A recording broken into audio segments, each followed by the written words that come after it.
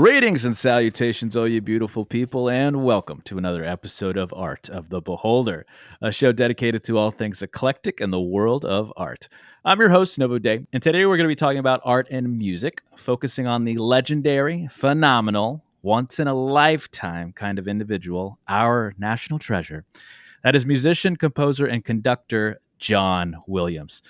To hash things out, guys, you are in for a treat because we have a round table of our OG cast, and that is Mr. Theodore T. Buckingham. Welcome. Hello, everyone. And Mr. Philip Church. That's me. Hello. But before we hash it out and get into the juicy middle, let's tell the good people why. Why are we talking about John Williams today? Well, guys, he not only raised the bar for film scoring, what he is famous for, forever, but also raised the bar for musicianship, vision of craft, and a testament that the sky truly is the limit when it comes to mastering your own medium. Paving such an amazing way for what we now know as, for our modern times that is, the very essence of contemporary classical music. Now, before we can discuss, of course, we all need a little background. John Tower Williams was born on February 8th, 1932, in New York City, New York. A pianist by trade, he is to this day still working in the film industry at the age of 93. Happy belated birthday, Mr. Williams. And with that in mind, Mr. Williams has now been in the industry for over 70 years. And during that time, he has gone on to win 26 Grammys, 7 BAFTAs, 5 Academy Awards, 4 Golden Globes, and 3 Emmys, an AFI Lifetime Achievement Award, and a National Medal of the Arts, as well as being a Kennedy Center honoree and being inducted into the Songwriters Hall of Fame, the Hollywood Bowl Hall of Fame, and the American Classical Music Hall of Fame. So there is so much to talk about, but before we do, guys, we're going to take a little break. Stay with us. The best way to say thank you and to support us is by donating to the cause. In doing so, you'll be able to help us help fellow artists, creatives, and colleagues, promoting their work, the community as a whole, and why we got into this line of work to begin with, to not only make art, but also shine a light on our peers and the gems of the world. For all the hidden ones and the not so hidden that make life worth living, because if we can make things even a little bit better, it'll all be worth it. But we can't do this without you. So please, donate today. And remember, even a little goes a long way to build new bridges, new worlds, and new opportunities. Link and details on how can be found in the show notes below. Because together, we can do anything. And we are back, guys, to conquer the world. And I want to start where we always start, and that is with first impressions. So I want you to dig deep, be that little lad again, Buck, be that little kiddo again, Philip, and tell us. Never stopped. Tell us, when was the first time the music of John Williams really touched your life? 1988. You have an exact year. Yeah. How? Why? Ooh. So I remember I watched the first Superman, and I remember that song theme very clearly. There you go. It's mainly because my parents purchased this. This is very funny, but you used to be able to purchase these like pajamas that were Superman pajamas. Are we on a T-Buck tangent corner? We are on a T-Buck tangent corner, and you could Velcro obligated the cape to the back. Oh. And so I used to tell everybody I'm Superman, but I remember you still have those, right? You still wear those. Sometimes. I still wear them he still every tells night. People. And I still tell people. And you went on a my date lady recently. Friend Yep. thinks they are just the hottest thing ever. So guys, try to find them because it is the sexiest thing. It's the sexiest thing ever. But that's really where it first touched me. Like his music, I just vividly remember watching that film and the music, especially from that. I'm gonna say, I believe 92, whenever the hell Jurassic Park came out. That theme song, because I've played music my whole life. Yeah. Like legitimately started on piano lessons when I was a wee boy, but then even did viola and cello, and then like saxophone and trombone, and then I moved on to just the regular like go get laid instruments, as in like I was in bands. But I like that. I like that. That's honest. Having the Jurassic Park like theme song. Yeah. And like sitting at home on my viola and figuring it out was huge to me. Because I mean, the movie was brand new. I was a kid. What boy didn't love dinosaurs at some point? Sure. And this was like this big, brilliant song. It's not one of the most beautiful things and brilliant things about a lot of his music is that it's not like it's the most complicated melodies in the world. And what's more memorable than that Jurassic Park, like, da-na-na-na-na. And I was just like, oh my God, I'm playing the Jurassic Park. That's the song. It just blew me away. So yeah, 92 or something? That was the last theme I was listening to before we hopped on, was that. Da-na-na-na-na. That's so funny. Mine is, I feel like I'm gonna, I wish we were in front of a live studio audience kind of doing this and doing a Q&A, because I feel like a lot of people are gonna have that nostalgic moment with mine. Mine was, you guys gave dates, so I gotta give dates. God, you're making my job hard again, guys. Called us out. I know. Put up. 1999. I think someone fact check me, our fact checkers, since we have a huge team. It's like I'm 2 dozen yelling at people them right now. I'm giving them the the hand signals. Buck is giving our producers and our fact checkers the dad look. Mine was episode 1. Yeah, Star Wars episode 1. This is the earliest time and memory I have of asking my parents to buy me not just like a soundtrack to a film, because like my very first album ever was Batman Forever, but that was just a collection of songs. But this was the first time that I asked my parents for a score soundtrack that was just the classical music to the film. And it was Star Wars Episode 1 because of the Duel of the Fates. Yeah. Yes. I remember them premiering the song on MTV, like the music video for it. It was a huge deal. It was, John Williams is famous already for popularizing the film score soundtrack as something you want to purchase. Like, I think to this day, the Star Wars Episode 4, when that came out, that was like competing against the biggest names in pop culture at the time. And this, of all things, this film score by John Williams was just killing it with the billboards. So guys, let's talk film scores, because of course, though we're definitely going to touch on his other musical outings, but of course we all know his bread and butter is film scores. So that's where we're going to start. So before I think for the good people, Riles, I'm looking at you. Before we talk about film scores, it is really in a different lane as compared to other classical music. And so let's talk about that first. Why film scores are definitely classical music, orchestral music, but it's in a different lane in the industry. Yeah, because there are also a lot of film scores are another character as part of the film itself. Right, they're written for the film. I think that's what's important. It's an accompaniment for the film. Yeah, it's accompaniment for the film. Just like, we think of like opera that kind of preceded this. There's a lot of famous, like a lot of Mozart compositions that were written for operas and things like that. Kind of were those accompanying music to this. This was specifically for the film. Like I said, it's another character. It's to help bring emotion. It's to help bring some sort of feeling as part of whatever the director or the filmmaker's trying to achieve in that moment. I very much agree with Monsieur Buck.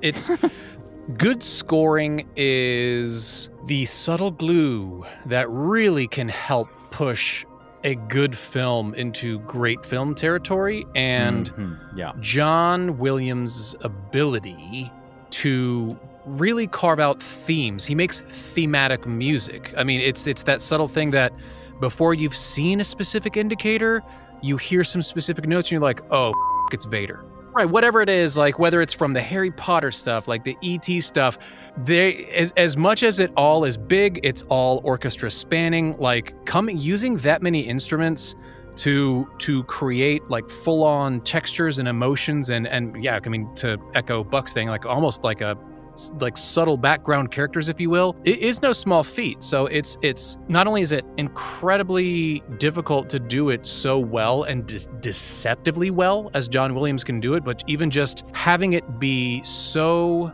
encompassing and yet not overwhelming is really the magic act there. With that in mind, we're going to start diving into what makes John Williams's film score so unique. Because with that primer, so before we dive into what makes him so recognizable or his composition, and getting into a little of the music theory a bit, we're definitely going to nerd out a little bit there, is understanding that these pieces are written for the film, to make sure that if there's a need for an emotional apex or crescendo, that the music is going to add to that. Or if it's something more somber, sad, the music is going to add to that. And then, of course, what John Williams does is he is the king of the leitmotif. And the use of thematic musical values to give every single character, which is like mind-boggling that he has that much of a repertoire in his mind that he can write a theme for literally everyone and it really stand apart and be so special. It's basically kind of what Phil brought up earlier. Part of it is it's simple, it's recognizable, it's almost like pop within a film score setting, but at the same time, kind of another thing that I touched on, it's also, it feels like another character. I don't know if Star Wars, the first one, episode 4, would have been as popular or great if it didn't have that film score behind it.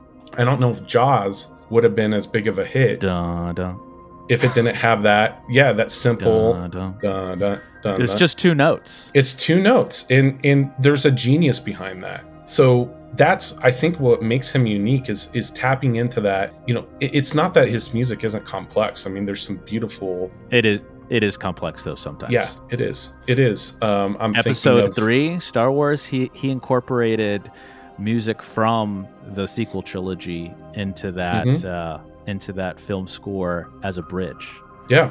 So I mean, it's not that it's not complex. It's that it's deceptive. It is deceptive. The themes are simple melodies, but underneath it all is just some of the most complicated compositions. I think that's the best one. It's the best way of putting it. It's disguised. It's deceptive, and that's, I think, with a lot of art in general, that's where you really see kind of the people kind of separate themselves, is when they're able to do that. To kind of continue looking at the music as sort of a character or more than just like a score, in the same way that there are writing like archetypes for both plots as well as for character arcs and stuff, John Williams has been really good. And I almost kind of wonder if he's even ever dabbled in something like writing, because he seems like he's able to really carve out a space in his brain to make the perfect niche and just kind of start enveloping that space with all of his talent. Because while there are similarities in certain things, especially if you get into like actual music theory kind of stuff. So like I will never forget, for instance, in my music theory class in high school, the best way to remember the major fifth jump was Star Wars, like that's a 1 to the first to the fifth of the scalar like notes.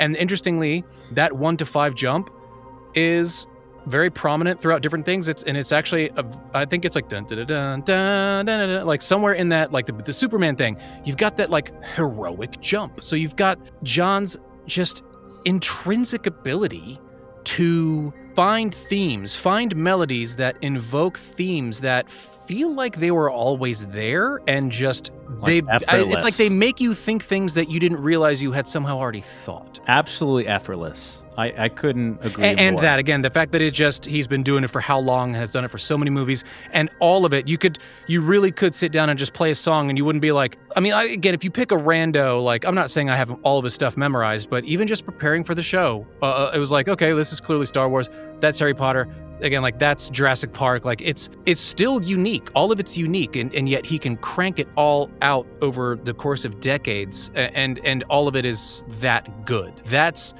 That is really just, it's one of those things that the sheer scale of his talent and how he has, and then beyond just the talent, but the scale of his drive and the magnitude of his works is just what it's hard to kind of sit there and actually grasp it all until you really do maybe the research or kind of look at it on paper and you're just like, holy crap, this man, like this, there's nothing else that he would have ever done in any universe. He is a composer. And just to kind of add to that, both of your fine points is the fact that, to summarize, John Williams writes for the needs of the film. And what I mean by that is, if you think of the greatest musical minds that have ever lived, they think of the composition as a whole. And when we're thinking about it in terms of filmmaking and creating something cinematic, he's thinking of, how can I make this film better, instead of just trying to show off or be a soloist, something to that effect. When I was watching his documentary, I was both surprised and not surprised once I kind of got to know him as a person through the documentary.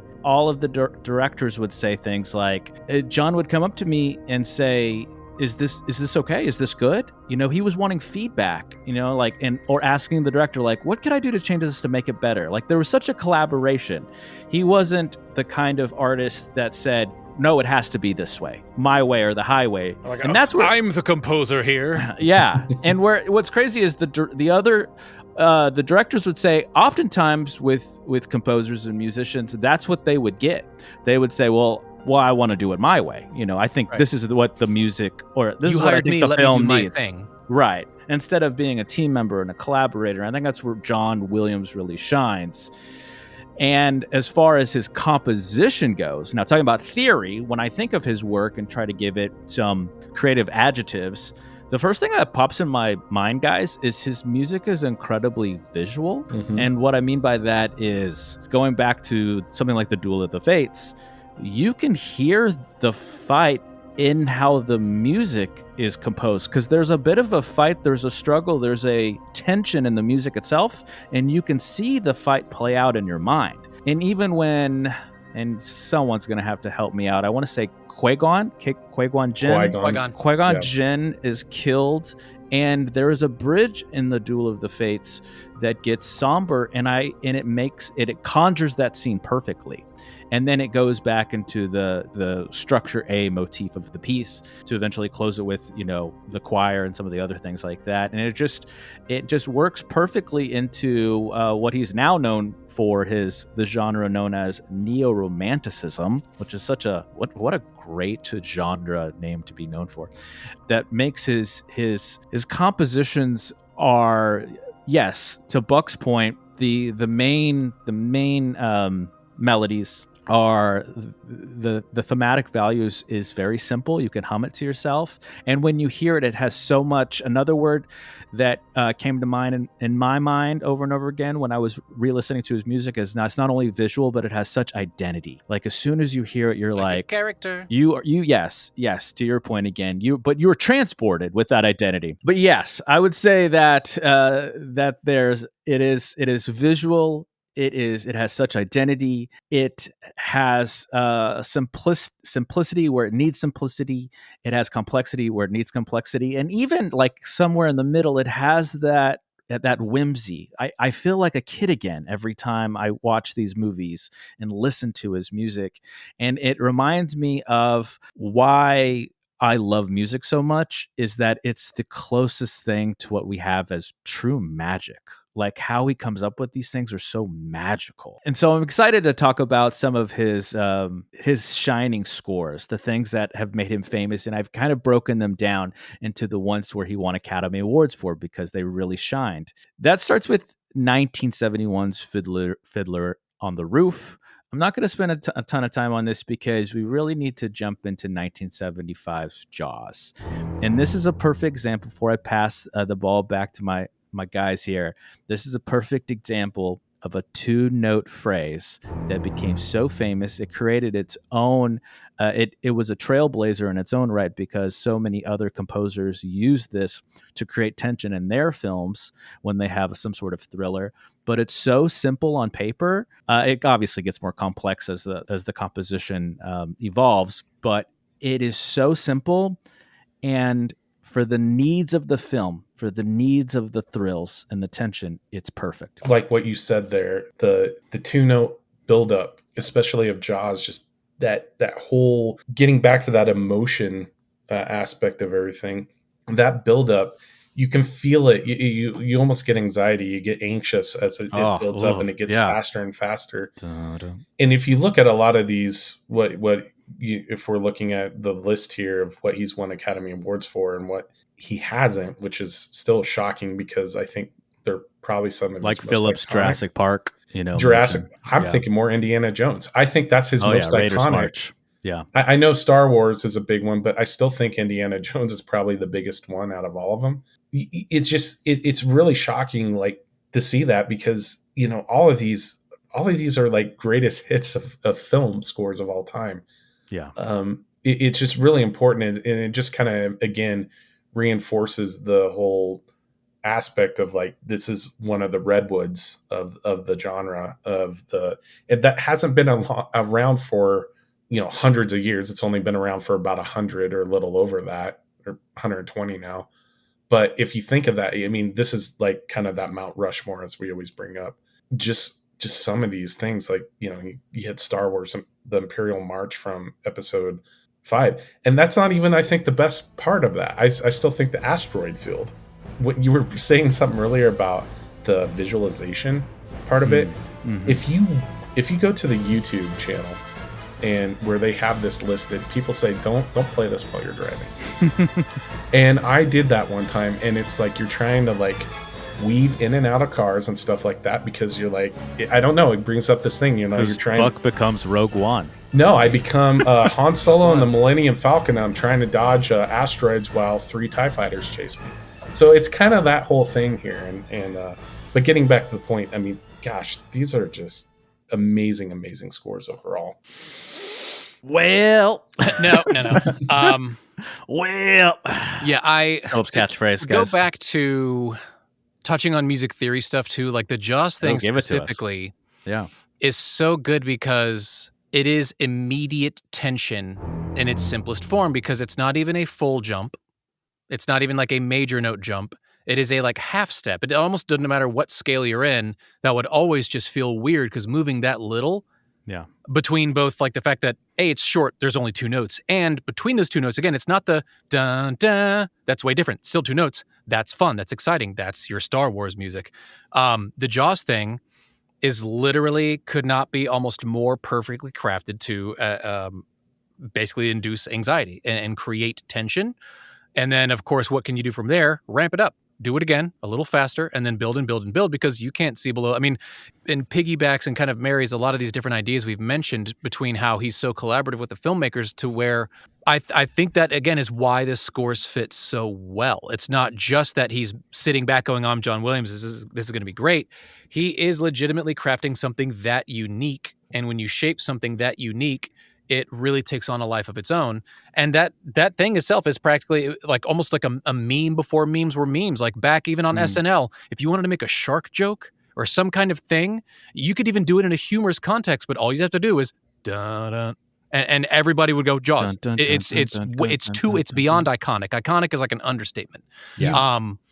So I mean, yeah, the Jaws one utterly makes sense, because once again, it's like you couldn't have done less. 2 notes that are immediately next to each other on a piano, and yet it was beyond. It fits too well, and was as memorable beyond. About 50. Literally, we're in our 50th year. Like, it's 50 years. I guess it's the 50th anniversary of Jaws now, so that's fun. Or at least it will be this year, whenever that happens. But I mean, yeah, 50 years on, that holds. You could do that to anybody, and they know. They don't even have to have seen the movie Jaws, and they'll probably they'll still go, oh yeah, sharks or something. You hear it almost, yeah. To your point, Phil, you still hear it in almost every college football game. Yep. It's played. The marching almost, band will do it up, try to play some mind games. Yeah, play some mind games. It's when their team is on defense. I almost hear it. It's almost to the point now where I almost expect it during games. So it's kind of it's iconic. On so many different levels. Couldn't agree more, gentlemen. And that brings us to 1977's Star Wars.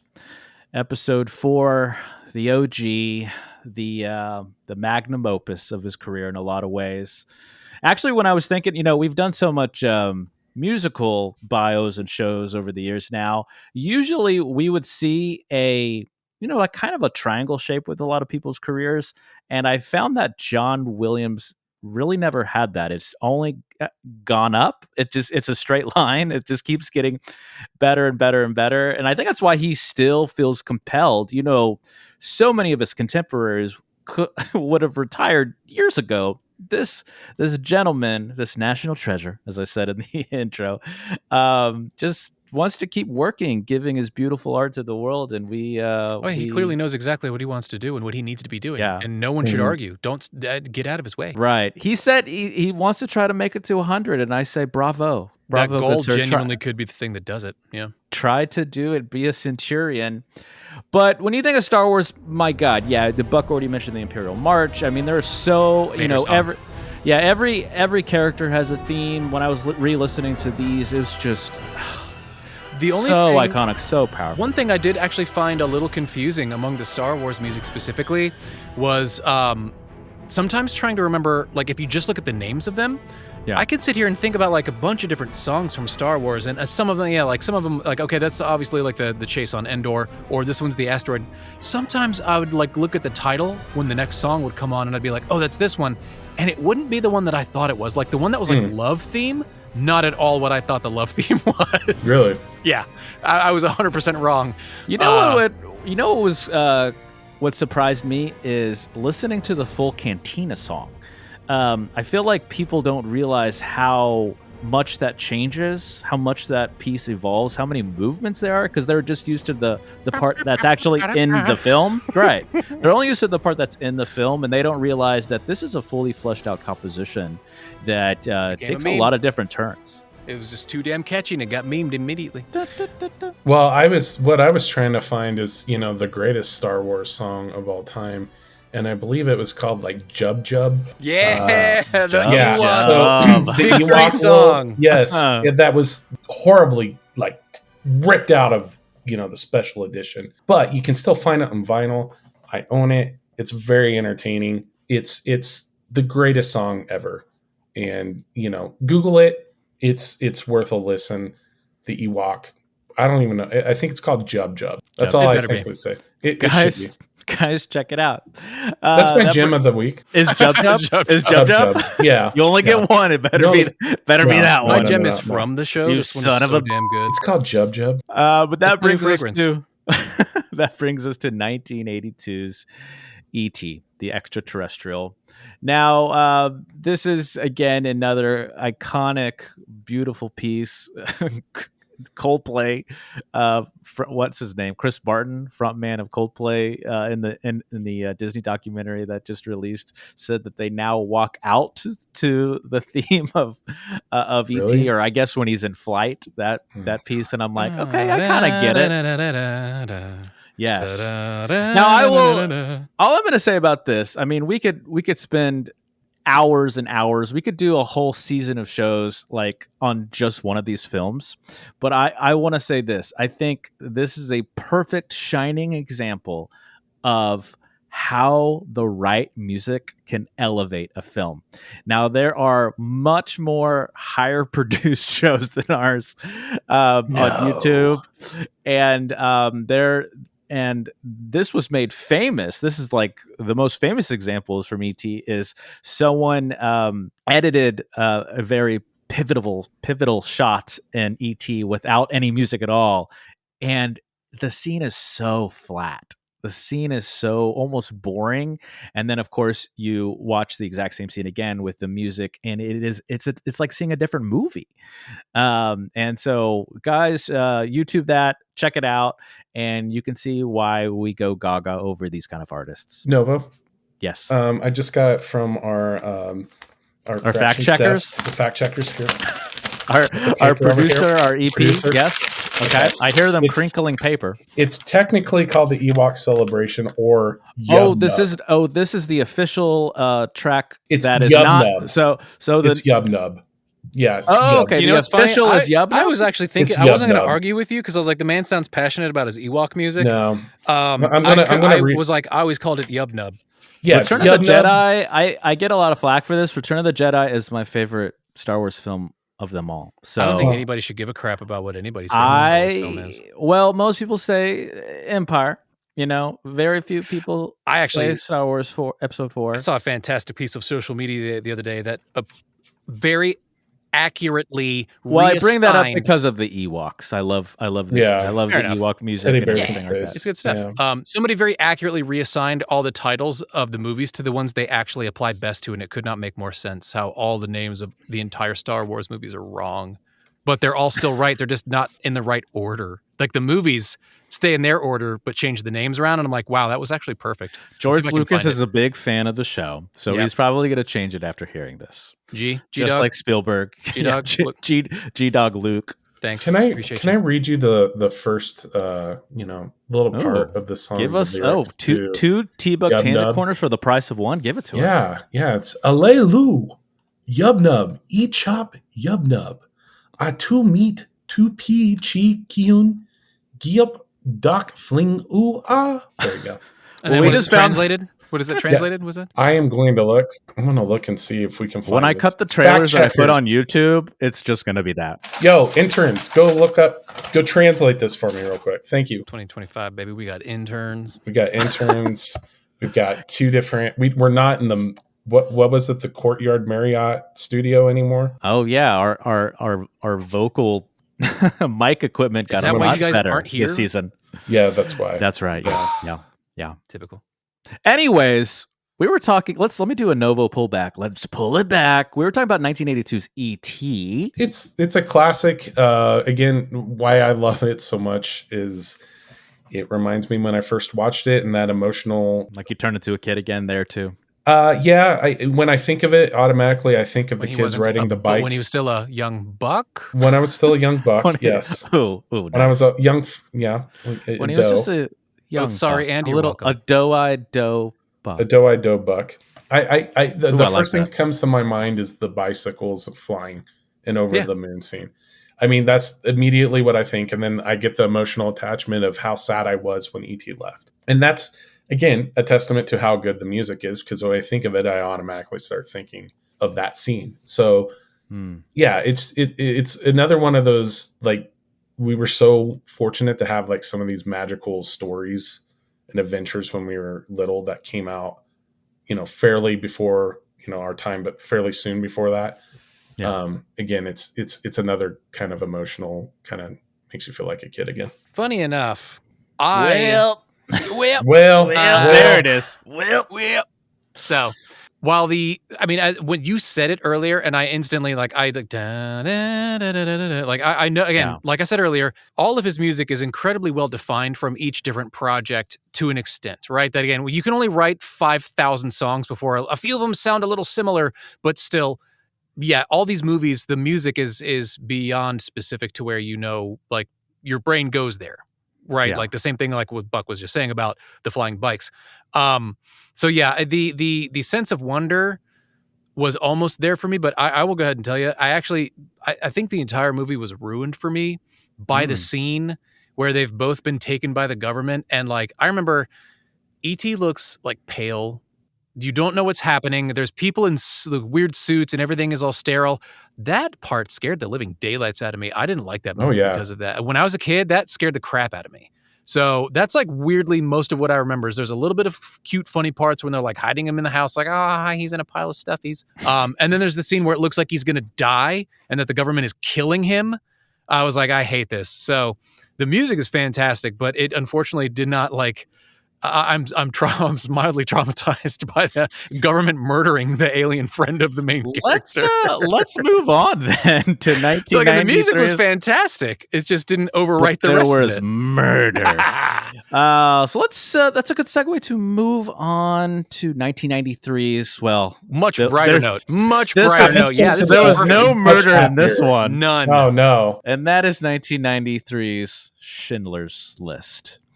Now, what's crazy is that yes, he's you did the math right, guys. He's only won 5 Academy Awards for Best Score, even though he's written 1,000,001, right? Now, you should know, okay, fun fact of the day, a T-Book, very, very fun fact, brought to you by T-Book, Mhm. is he's actually been nominated 54 times. In fact, he has been nominated so many times, an Academy Award.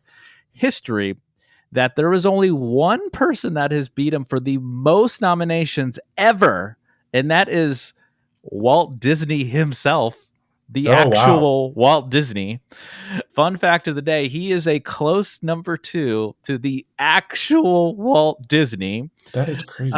And yes, and his run, well, at least to date, he could still win one before he turns 100. To date, his last win was for 1993's Schindler's List.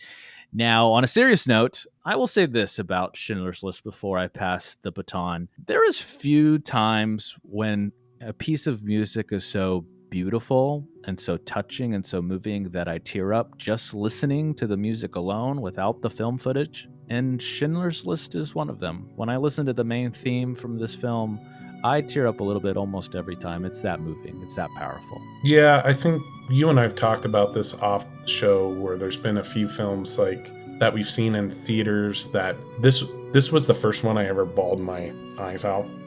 And I was... You bawled your eyes out to this music? Yeah. Or to the film? To the film. And I don't think I saw it in the theater originally. I think I was too young at the time, but when I first watched it, it's very powerful. It's very moving, obviously because of the subject matter. But I stick to this quote that I read one time about this. John Williams was talking to Steven Spielberg about it, and I think he read the script, and he said something along the lines like, I'm not good enough to write this for this film, for the subject matter.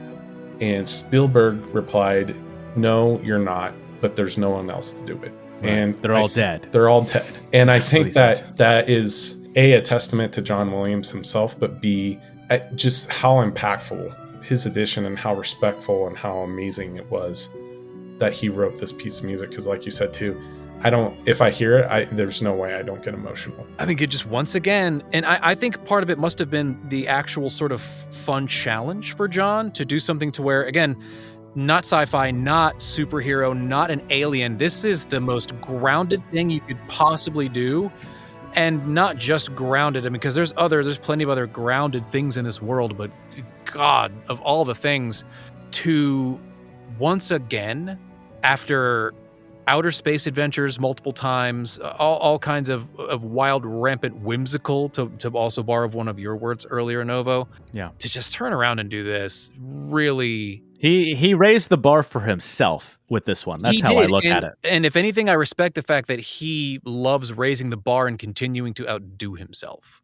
And I'm glad that that is the type of person that he is, because that's what led us to Schindler's List and many of the amazing things that have still been, of all the things that are iconic and that you can at least put like a character to it. Yeah. This is the most embodiment of emotion that you could possibly get from all of John Williams' work, I'd imagine. Yes, sir. When I learned the history that he actually declined to do this, that, you know, he, like to Buck's point, saying to Steven Spielberg of all people, like, you need a different composer for this. And when there wasn't any, like, that's when he never explicitly said it, but you could see it in his face. You could see it in his eyes. He's like, I'm going to have to rise to the occasion. I'm going to have to step up. I'm going to have to raise my own bar and knock this out of the park. And he did.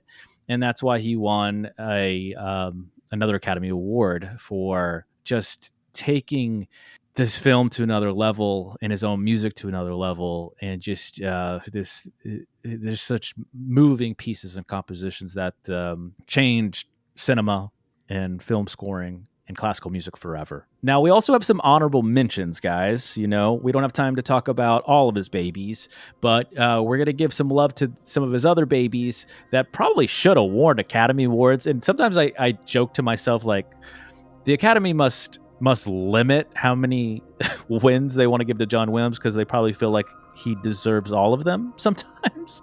But some other honorable mentions, other films include the Indiana Jones franchise. Buck already talked about the Raiders March, Jurassic Park, Close Encounters of the Third Kind, which is notably special because they actually used Williams' music both as an accompaniment to the film itself, but also for narrative plotting. Those 5 notes were in the film, and he wrote those. Superman, Home Alone, guys. I know. Home Alone is such dig into so it, like, perfect. okay, that makes sense why that movie was such a wonderful childhood hit. That also, it's just because it's got all the pieces there especially the John Williams score. Oh, yes. I mean, just that was a lightning in a bottle film. In the same way that John Williams did that brilliant line, the 2-note thing, the theme for Jaws, I'd have to go back and double check whether he actually explicitly states it or if it's just that you can kind of tell. But in other very popular, if we were going to do another show in a different score, it probably would have been Hans Zimmer. Although there will be a show one day on Hans Zimmer. But Hans Zimmer's theme for the Joker is just about the only other thing. He's not 93 yet, so true. We got time. But yeah, his like 1-note long, drawn out, like one disgusting note thing for the Joker is the only other way that you could possibly make something that is going to drive tension and could literally not be simpler outside of the fact that this one's only 1 note. But that powerful. But it's that powerful. So I really feel like that legacy of John Williams' work, even all the way back in his earlier works like that, just it's immeasurable the influence he's had. I mean, we only had one more. That's the Harry Potter films franchise with like Hedwig's theme. And that actually, to tie back to another one of my things, before I forget this again, I love that the main theme, that bum bum bum bum bum, that's not called Harry's song. That's Hedwig's theme. Yeah. Why is the most memorable thing and the song that plays at the straight up intro of every Harry Potter movie not Harry's song? You actually said, you took the words right out of my mouth, because I was going to raise you one extra fun point, is the fact that people forget that John Williams didn't do all of the scores for all the films. I think he only did the first 2 or the first one or something like that, but they use Hedwig's themes for all of them. That's how powerful it was. Yeah, I think it was either the first 2 or possibly 3. It wasn't very many of them, but again, that opening song is way too memorable. Every time I hear anything remotely like it, I'm like, that's the Harry Potter song. You ripped that off. Good job. Some of these I almost think are bigger than some of the ones he won Academy Awards for, like Indiana Jones, obviously. Yeah, Raiders March. Yeah, the funny thing about Home Alone, I was looking through John Williams on Spotify, and his most played songs or themes are actually all from Home Alone on Spotify. And it's all the because I think it's mostly because it's on a lot of Christmas playlists. Yeah. But I found that kind of interesting, because that's not, I knew he did it, but I don't always associate him with that. So it's pretty neat little nugget there that's what most people probably know him for now. I mean, and once again, you say Home Alone, my brain goes dun dun dun dun dun dun. Dun, dun, dun, dun, dun, dun. Yeah, like it's beyond memorable. And you see little Macaulay, stopping those burglars from burgling. Yeah. And you wonder two things. How can the McAllisters afford a house like that? What does his dad do? And secondly, is little Macaulay, he's a drug dealer. Is little Kevin McAllister, is he okay? Because he basically, I would take him to therapy. He's done it twice. That actually reminds me, I'll try to remember to send something to the group somehow. A fantastic Instagram. It was on Instagram that I saw it, and I don't know where it was actually recorded and published first. But it was essentially somebody driving somebody around, and you think it's like a real life thing because somebody's driving Macaulay Culkin, and that he doesn't want to be bothered by the taxi driver as he's being driven around. The guy's like, no, sorry, it's not that. I just get really, really antsy around the holidays. I had a really bad Christmas as a kid, and the guy's like, can't be that bad. And he's like, dude, are you kidding me? He's like, my family left me. He goes off, and it's basically the kind of a answer to that. Is Kevin okay? It's like, you don't get over that. That happened to him twice. Once in his own home. While you guys are thinking about how Kevin is doing, I'm going to tell you about some of the other works of John Williams, because though he's famous for being a film score artist, he also has gone on to be a conductor and has made solo albums and has done some other things alongside the film score work. The biggest one is probably the Boston Pops, or working with the Boston Pops Orchestra, not only playing some of his original compositions, but conducting for some other compositions along the way, or with some of his contemporaries. And I urge you all, especially you people listening, to not only listen to his film score pieces, but his concert pieces as well. So he writes full symphonies, sinfoniettas, concertos. He does a lot of chamber work. And this is John Williams at some of his most playful. Like some of them get very experimental, very abstract, where you can tell because he's writing, because he's not the director, he's not really helming the ship. He's part of the crew. He's part of the team. And that's why he's always had great relationship with directors, because he's always wanting to be a collaborator and not just take over. But now in these pieces, he gets to take over. He gets to go crazy, and they get so almost eccentric with some of the composition and some of the writing versus the very thematic leitmotifs, very recognizable, very easily digestible melodies and harmonies and rhythms that he writes for the films. And so I urge you to check those out, especially his work with the Los Angeles Philharmonic, the New York Philharmonic, and of course the National Symphony Orchestra. And that is not to mention that this man also writes very small, contained solo albums where sometimes he just wants to play jazz. He just wants to be in a quartet. He doesn't want to be surrounded by a giant orchestra. He just wants to be the man on the piano, which is so beautiful in so many ways that he has every end of the spectrum and everything in the middle. So before we get out of here, I want to have some fun. I want to have fun by talking about our favorite pieces, and then you guys can leave some of your favorite pieces in the comments or tweet at us or throw us some emails. I still have to go back to Star Wars. You can say more than one for the record. It's Star Wars. If it's and like Indiana. tied, if you have a couple in your head that are kind of tied for first, go ahead and give it to us. It's Star Wars and Indiana Jones, and if I have to pick specific movements or something like that, it's the asteroid field that I mentioned earlier, and from Indiana Jones, it's the Raiders March. But those are the two. So Star Wars and Indiana Jones. Very much in alignment, and will strongly second the Star Wars one because that franchise also has the most entries. So to be fair, there's just been a ton of John Williams' work in it all throughout it. So it's hard not to, and it's not even that I'm not one of those like huge Star Wars fans, and I'm not like a hater necessarily. I've just never been that obsessed with it necessarily. But even with that, the music from the Star Wars films is insanely memorable and nostalgic to me. And again, I will agree about the Indiana Jones also being strong seconds, despite it not winning stuff. And not because I'm that big of a Harry Potter fan. I think just because of how much extra whimsy and wonderment there is to those themes, or at least the ones of that he did. Now, again, he didn't do every one, as you pointed out, but those are almost more unique than a lot of the other movies, to where you could stump me if you played, a few of his other songs from certain earlier decades, but you could play a Harry Potter soundtrack song and there's no doubt in your mind instantly. You're like, well, that's definitely from Harry Potter. So I do really think that one specifically speaks to his ability to just play and just have fun.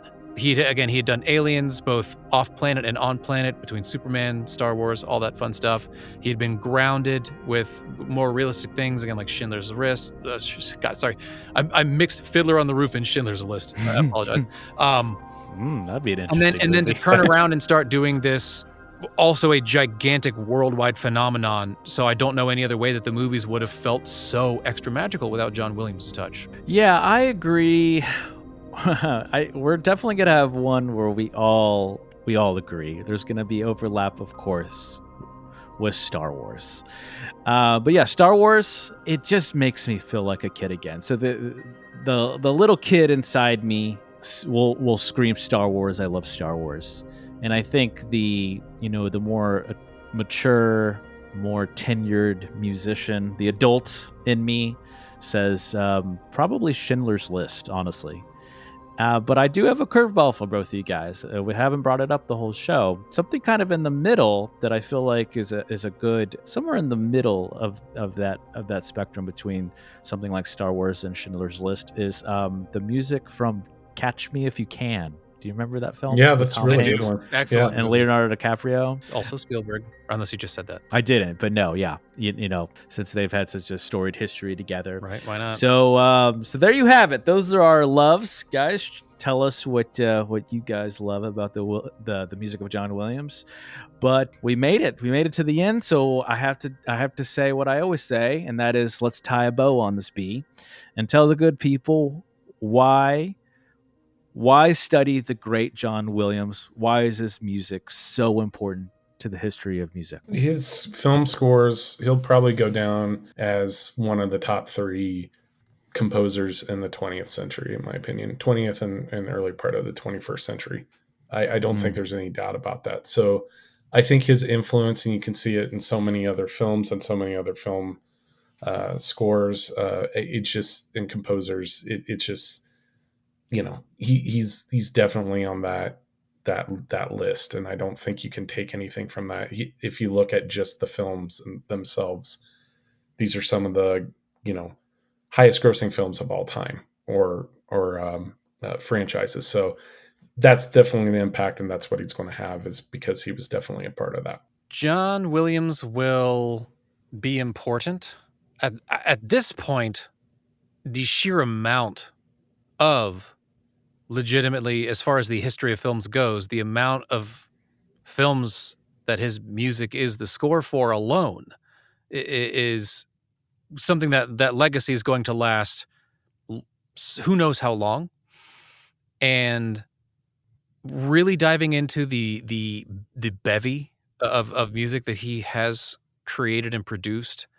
And for me, it wasn't even the solo project stuff. I really focused on the film score stuff.